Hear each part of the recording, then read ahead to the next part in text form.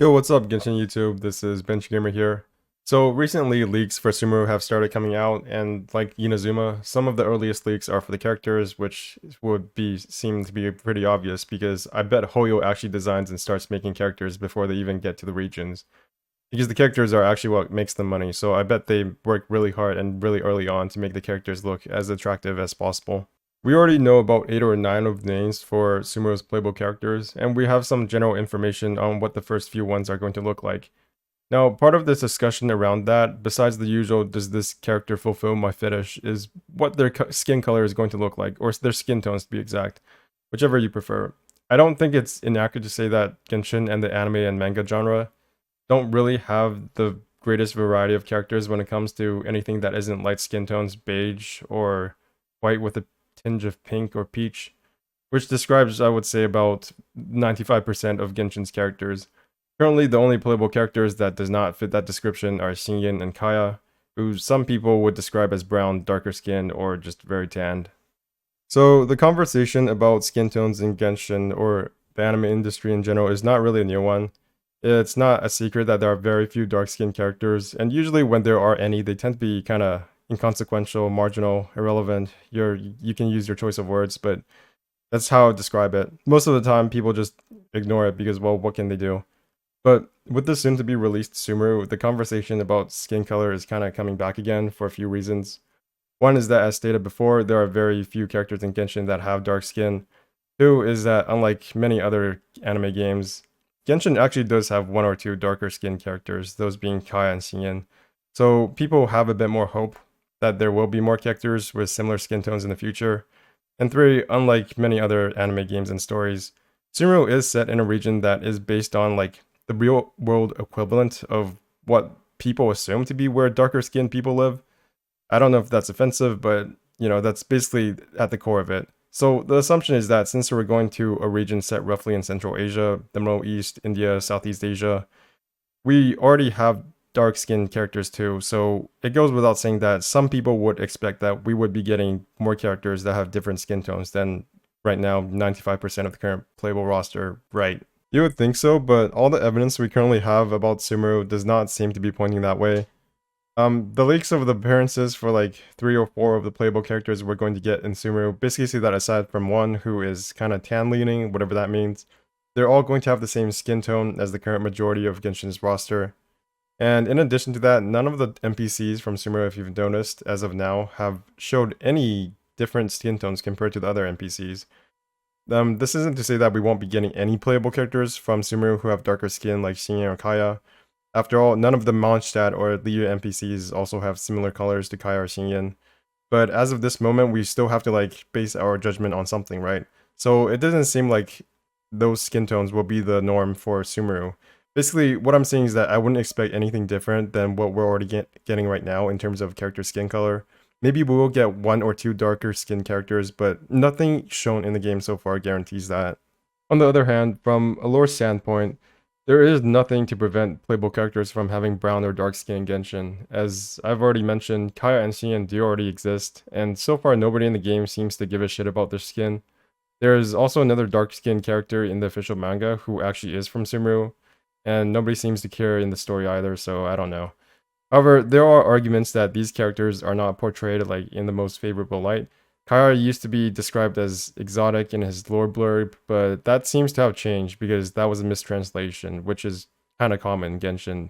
In the original Chinese text, it just says equal the, I believe, equal to, yeah, that's what it means, which literally means from another country. So that's being changed, and it just says he's from another country now. So I guess it makes sense that he doesn't look like other people from Mondstadt, but again, nobody has specifically mentioned his skin color, so I'm going to assume it's not that big of a deal even in Mondstadt. But that's not the best metric to go by, to be honest, because most people we encounter ignore that Paimon is a giant floating baby with a crown on her head. As for Xingyan, she's described as fierce looking. That doesn't say anything about her skin color, but I can understand if people interpret it as a euphemism for her being brown, because it's not like that's never happened before in real life. The manga, because the manga character is a straight up stereotypical bad guy. He wears like stereotypical Arab clothing, or what the Westerners imagine to be stereotypical Arab clothing. His name is Barnabas, which is kind of confusing because according to some other leaks, that's the Cryo Archon's demon name as well. So I'm not sure what's going on with him. I'm not sure if he's even human because he has pointy ears, which could mean he's an elf of some sort like Clay. And I'm definitely sure he won't be playable because he's giving me some Senora vibes. It's a shame that he's not portrayed in the best light in a game with literally only 3 dark skinned characters, but the point is that from a lore perspective, dark skinned characters do exist in Teyvat, and nobody really cares that much. We just don't see any of them and can only play as 2 of them, which is kind of sus, but probably why people were putting their hopes on Sumeru in the first place. I've also seen the argument that the darker skin tone is a tan and not natural, and therefore Kaya and Xian aren't really brown. This is a really weird argument to make because anime and anime type games don't really portray skin tone like that. Characters who don't naturally have brown or dark skin already don't get tanned even if they do stay out in the sun all day. Unless they're like that one girl who is just really tanned because they're a sporty type character and that's their trope. So in the manga it also shows that Kaya was brown when he was a kid as well. And therefore by anime logic and convention it's just much more likely they look the way they do because they just look like that. There's a case to be made that Xian's brown skin is because she's from some Hicksville village in Liyue, but there's that poses the question why none of the NPCs in rural areas also look like her. And if that's true, then logically speaking, we would also get darker skin tone characters from places like deserts and Sumeru because they would just get tanned. But Sumeru is kind of a black box at this point, and we don't really know what's going on there. In addition to being the region of Dendro, which is currently the only element that's not playable, it's also the first region where we don't have a good idea of what the cultural and aesthetic style is going to be. There were also unknowns about Inazuma, but at the end of the day, we all knew it was going to be based on Japan, which, because of its very, very popular culture, is very well defined, and there's a nice boundary on the kind of appearances we were likely to going to get and see for the characters and geography. Liyue as well is pretty much defined by China. It's the China parallel, whereas Mondstadt is just the generic hodgepodge of European culture that exists in most JRPGs. That's really what it is. It's the starting zone. It's the prologue where we get a very nice, relaxing, familiar place that we have seen in a dozen thousand different fantasy games. The same can't be said for Sumeru, which takes inspiration from a bunch of sources like Hindu, Buddhist, and Zoroastrian religion, but the character names are mostly Persian, Arabic, or Indian. And unlike the previous regions, which were based on known quantities, Sumeru's inspirations are not very well presented in pop culture, and it literally spans the entire region from India to Egypt.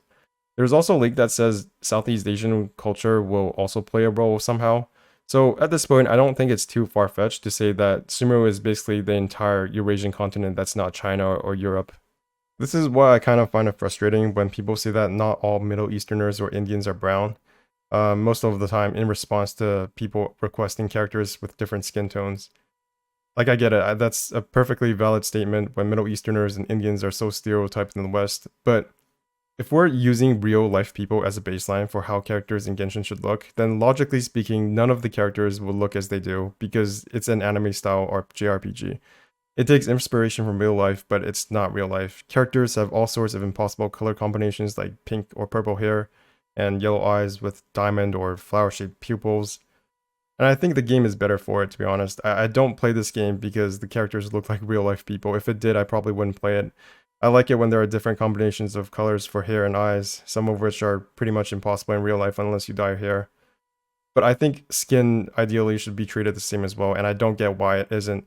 Give me brown skin, black skin, blue skin, green skin. It's anything is possible, right? It's a fucking fantasy game. And I know some gods in Hinduism have blue skin as well, so maybe they could tie that into it somehow. I don't know. I'm not an expert on religion. Basically, what I'm saying is that I just think it's something that would make the characters more unique. And yeah, that's basically it.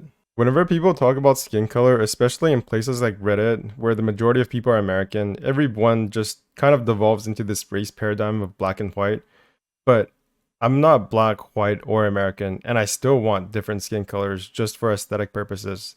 Like how some people like blue, purple, or pink hair. Why can't I just want different skin colors because I think it would look cool? Even if you wanted your character to specifically have brown skin, I still don't think that's like a problem, right? One of the reasons that drew me to Genshin in the first place is that it has a better ratio of male to female characters relative to other gachas. It's still not a 50-50 split, more like a 70-30, but I'd still take it over 95% or 100% female characters. And honestly, that's one of the biggest differences for me when comparing Genshin to Honkai, and why I enjoy Genshin more. Does that make me sexist for wanting male characters in the games I play? If it does, then I'm fucked. But I think most people would say it doesn't. It's natural to have preferences for certain aesthetic appearances or styles, especially when the majority share a single aesthetic. And I don't think people asking for more characters with different skin tones are any different. It's not like they're unwilling to play any character that's literally not dark skinned. Otherwise, they wouldn't be playing Genshin in the first place, because that's literally impossible.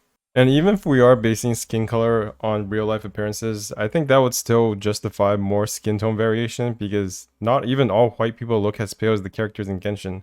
This is purely anecdotal, but I've seen Spanish people and Italian people look darker than most East Asians. And that's certainly true for many people in the regions that Sumeru takes inspiration from, even though many of them don't fit the stereotypical Western view of those people in those places. So for people like me, Sumeru is just the possibility that we might get more characters with more different and unique aesthetics than we currently have. And part of that is definitely skin tone variation. Maybe we will get that later on. Not all the character appearances have leaked yet, and all the leaks are subject to change anyways, but we have to base our expectation on something, right?